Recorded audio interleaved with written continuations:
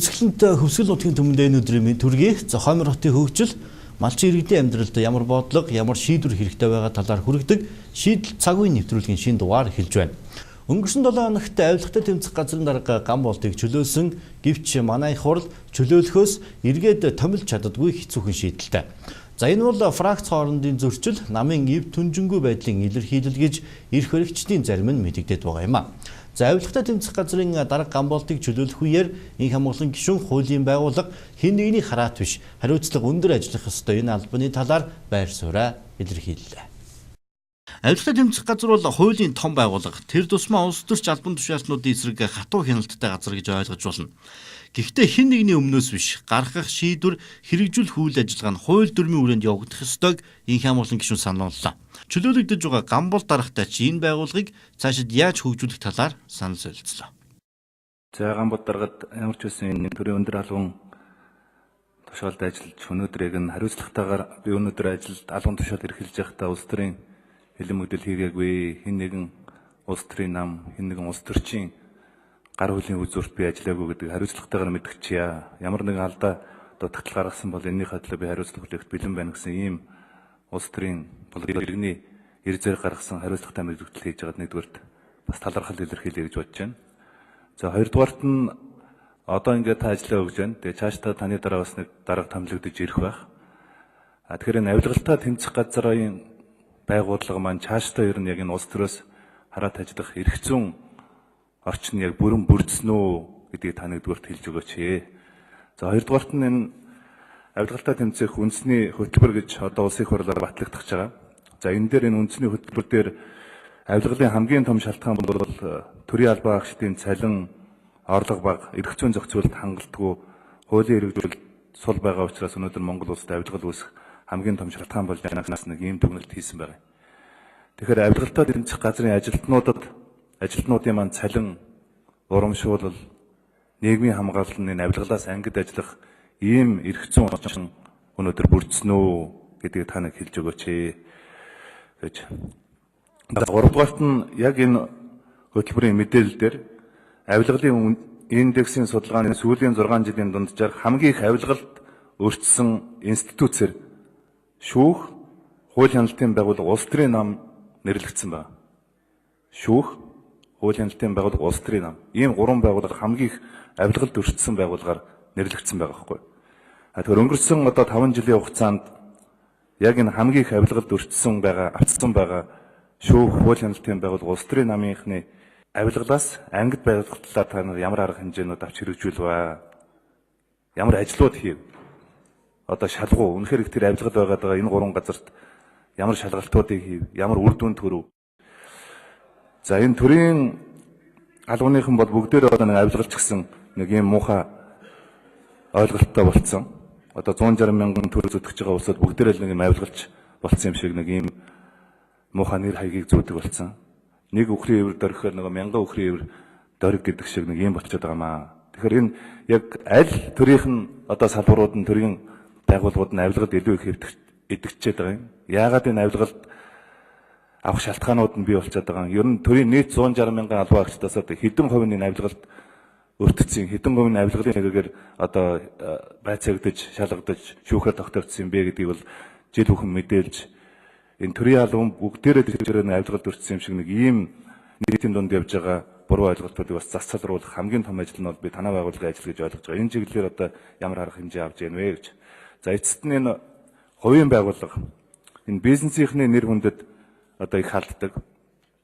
Тэгээ хууль бусаар одоо барьдаг, хордог, шижиглэгдэж олон зуун одоо бизнесмэнүүдийг хорьсон ийм тооцоо статистик мэдээлэлүүд байгаад байгаа юм л да. Хүний шижигтнээр шалгаж болно. Хамгийн гол нь энэ хүн зөвхөн шижиглэгдсэн гэдгийг нь тогтоод хэлээд та бүхэн одоо бас энэ бизнесийн нэр төрийг хамгаалах, нэр төрийн сэргээх чиглэлээр одоо ер нь ямар арга хэмжээнүүд авах юм бэ гэсэн зүйлүүдийг тодорхойлохыг хүсэж байна. За манай байгууллагын албан агчдын цалин улсын хурл тогтоож өгдөг. Бүтэц зохион байгуулалтын цалингийн. Тэгэхээр яг өнгөрсөн жилүүдэд төрийн албан агчдын цалин нэмэгдсэн. Манай улсын хурлаар тогтоодог учраас дагаад нэмэгдэх боломж муутай. Зүгээр өнөөдрийн одоо эдийн засаг санхүүгийн нөхцөл байдал бол бид нар цалингаа нэмүүлээ гэж яриаггүй л дээ. Хуулийн дээрээ бол төсөв санхүүгийн урд жилийнхаас нь муудахж хасаж болохгүй л гэсэн юм асуудал байт. Тэгээ манай төсөв хөрөнгө бол буурсан байгаа. Сүүлийн 2 жил. Тэрийг бид нар ойлгож байгаа. Тэрийг бол цаашдаа таавууд бас анхаарах хэрэгтэй болов уу гэж би бодож байна.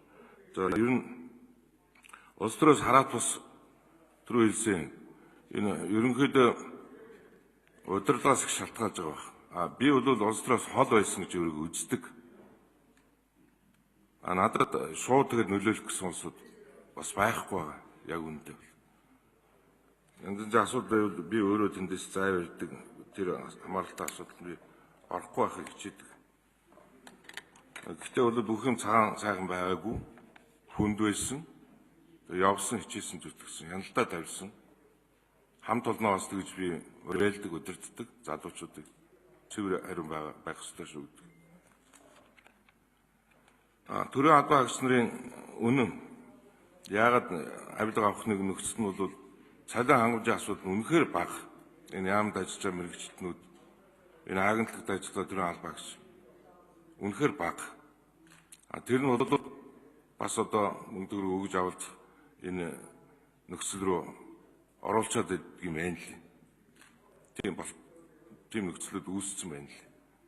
Яг гоо шүүх хуулийн нэртэй байгууллага, гайл татврын байгууллага, за газрын алба хамгийн түрүү орж ирдэг одоо байнга асуудлууд орж ирдэг. Манай дотоодын судалгаа бол бид нар өөрсдөө хийдэг. 60-70 бүрэлдэхүүнтэй энэ шинжээчдийг бид нар өөрж ажиллаулдаг. Тэгээ ингээд гараад ирдэг. Энэ дээр бол манад шалгадаад хэрэг зөрчил орцсон улсууд би урьдчилан сэргийлэх ажлуудыг яг энэ чиглэсэн байгууллагуудаар бид нар авч өөрсдөө хийдэг. Хамгийн сүүлийн юу вэ? Энэ төрийн яам агентлагуудын авилгатай тэмцэх төлөвлөгөө гэдэг манай байгууллага санаачлаад төлөвлөгөөг нь хянаад зааварч зөвлөгөө өгöd ингээд ажилласан. Нодлонгийн мөн 14 оноос бол 15 ажилд тэр төлөвлөгөөний дагуу хийсэн ажил сайжирсан байна л. 7-8 пунктээр сайжирсан. Одоо 60% бүх яам агентлагууд энэ төлөвлөгөөний дагуу юу вэ? Их олон зүйл заасан. Тэр ажиллах юм бол бас нөлөө байгаа юм л. Бид нар ажилдаг. Гамбол доргийн хувьд өндөр насны тэтгэврт гарч байгаа учраас ажлаас чөлөөлөгдөх хүсэлтэй өөрөө гаргажээ.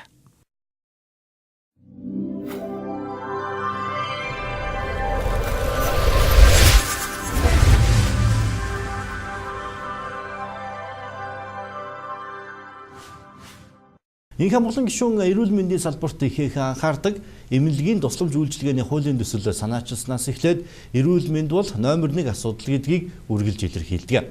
За энэ утгаараа эрүүл мэндийн спортын сайдыг яаралтай томилохыг улсын хурлын эндэр дээрээс шаардлаа. За хэн байх нь сонирн биш, нийгмийн хамгийн чухал хэсгээ улс төртөө хотгож сайдаа томилж чадахгүй байгааг эрс эсэргүүцлээ. Эзэнгүй байгаа салбартаа юу болж байгаагч танилцууллаа.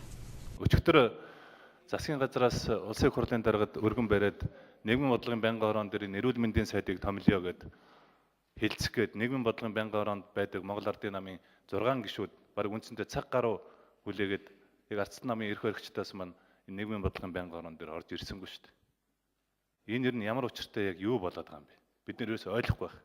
Нийгмийн бодлогын байнгын хороонд дарга нь өрөөндөө сууж байгаа юм гэж. Тэгсэн мөртлөө уцаар яриад байхаар ерөөсөй орж ирдэг. Одоо энэ эрүүл мэндийн сайдыг бид нар чинь цаг алдалгүй томилох хэрэгтэй үстэй. Хамгийн түрүүнд цаг алдалгүй томилох хэрэгтэй энэ сайдыг яагаад томилж өгөхгүй ингээд тоглолт хийгээд байгаа. Энэ ч хараа дэндүү дампуурл болж, төрийн дампуурл болж шүү дээ. Өчигдөр бид нар үндсэн хуулийнхаа цэцгийн дүгнэлтийг хүлээгээд авцсан. Энэ хүлээж авснаар бол улсын хурлын жагсаалтаар орсон 28 гишүүдийн чинь эрх зүйн чадамжгүй болцсон байж байгаа шүү дээ. Одоо тэгвэл ерөөсөө улсын хурлаа тараа. Ийм чадамжгүй их хуралтай бид нар байж болохгүй үстэй. Засгийн газрынхаа өргөн барьсан засгийн газрын гишүүдэд тавьж чадах байлцсан. Одоо айгүй бол бүр нөгөө төрийн тоглолт нь бүр юм тоглоом шиг юм болж өрж шүү дээ. Өчигдөр нөгөө шударгаас эвсэл нь бүдэггүй болсон.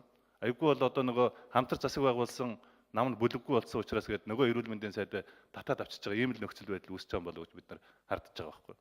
Гэхдээ яагаад нэг Монгол улсын засгийн газар нэг ганцхан тэр тусмын эрүүл мэндийн ганцхан засгийн газрын сайдыг тавьчих болдгүй юм бэ? Төр ингэж дампуурч болохгүй үстэй. За эрүүл мэндийн сайдгүй салбарын ганцхан жишээг татахад Улаанбархан өвчин Монгол улсын нийт нутаг дэвсгэрийг хамраад байгаа өвчний улмаас 54 хүүхэд нас бараад байна. Өдөрт 300 гаруй иргэн эмнэлэгт хандаж эхэлжээ. Засгийн газараа яаралт арга хэмжээ авахыг үүрэг болгож вакцинжуулалт хийсэн. За гэвч оройтсон шийдвэр олон айлд харамсал төрүүлж орхиж байгааг гишүүн их хамгаалан хатуухан санууллаа. Бүрэн дарсан байсан өвчин гинт сэтэрч хүүхэд өгөж байхад зүгээр хараад сууж байгаа улсын хурал тарах ёстойг шийдлээ. Энэ бол хэд улс төрчсөн төр хэд дампуурсны шинж гэдгийг улсын хурлын гишүүн их хамгаалан онцолж байна. Өнөөдөр эрүүл мэндийн салбарч эзэнгүй болсноос хамгийн сүүлийн одоо статистикийг мэдээхэд Улаанбархан өвчнөр чинь 60 хүүхэд өнөөдөр амнасаа алдчихад байж шүү дээ. 120 эцэг өнөөдөр сэтгэл зүрхээр өнчирж үлдчихэд байж шүү дээ. Одон 100 мянган хүмүүс өнөөдөр эрүүл мэндээр хохирж үлдчихэж шүү дээ. Энэ салбарч онцгой байдал зарлах болчиход байна шүү дээ. Юу болоод байгаа юм бэ гэдгийг та нэг хэлдэ. Төр ингэж дампуурч болохгүй үстэй. Эсвэл улсын хурлаа тараа одоо ямар чадамжгүй болчиход байгаа бол бүгдээрээ тараа. За эрүүл мэндийн салбарт их хамгаалан гишүүн олон өөрчлөлт оруулах ёстойг үргэлж ярьдаг. Гэхдээ хий ярих биш хууль эрх зүйн орчныг боловсронгуй болгох замаар шинэ бүтэц зохион байгуулалт хийхийг хичээж байгаа юм а. Үүний нэг бол эмнэлгийн тусламж үйлчилгээний тухай хууль. За батлагдаад удаагүй байгаа хуулийн хүрээнд эмнэлгийн дарга нарын суудал сайдын өгдөг шагнал биш. За эмч нар ачааллаасаа болж хүнд сурталтан гэдэг нэр хоч зүүдгүй болох. За эмнэлгийн тусламж эм багаж тоног төхөөрөмжөөр хангагдах гээд нарийн зохицуулалт бий болж байгаа юм. Эрүүл мэндийн үйлчлэгийг хүртээмжтэй, чанартай, ард иргэдийнхаа сэтгэлд нийцсэн ийм үйлчлэгийг хүргэх ёстой вэ гэдэг бол төрийн үүрэг. Тийм учраас бол сүүлийн жилүүдэд манай ард иргэдийн өмнө хүсч хүлээж ирсэн энэ эрүүл мэндийн үйлчлэг бол хамгийн их доголдолтой, хамгийн ард түмний сэтгэл төрдгөө ийм салбар байгаа. Тэгэхээр энэ салбарт хийсэн одоо хамгийн том өөрчлөлтийг авчрах, шинжилгээг авчрах ийм хууль гэж бид нар харж байгаа. Тэгээд гол нь одоо улс төрийн томилгоо нэг ялсан намын томилгоогоор энэ томоохон эмнэлгийн дарга нар томилогддог. Энэ явдал бол одоо энэ хууль батлагдаж хэрэгжснээр бол байхгүй болох юм аа. Хамт олондоо хүлээн зөвшөөрөгдсөн, ард иргэдтэй хүлээн зөвшөөрөгдсөн, мэдлэгтэй, чадвартай, туршлагатай хүмүүс нь эмнэлгээ удирдаад явдаг. Мэдлэгтэй, чадвартай, туршлагатай эмнэлгийн ажилтнуудын цалин хөдөлмөрийн үнэлэмжүүд нь нэмэгдээд явдаг. Ийм хууль эрх зүйн зохицуултыг хийж өгж байгаараа энэ хууль нэгдүгээрт онцлогтой. За хоёрдугаарт нь бол аслагдсан сум суурин газарт ажиллаж байгаа манай эмч эрүүл мэндийн ажилтнуудын чадварын асуудал, туршлагын асуудал яригддаг.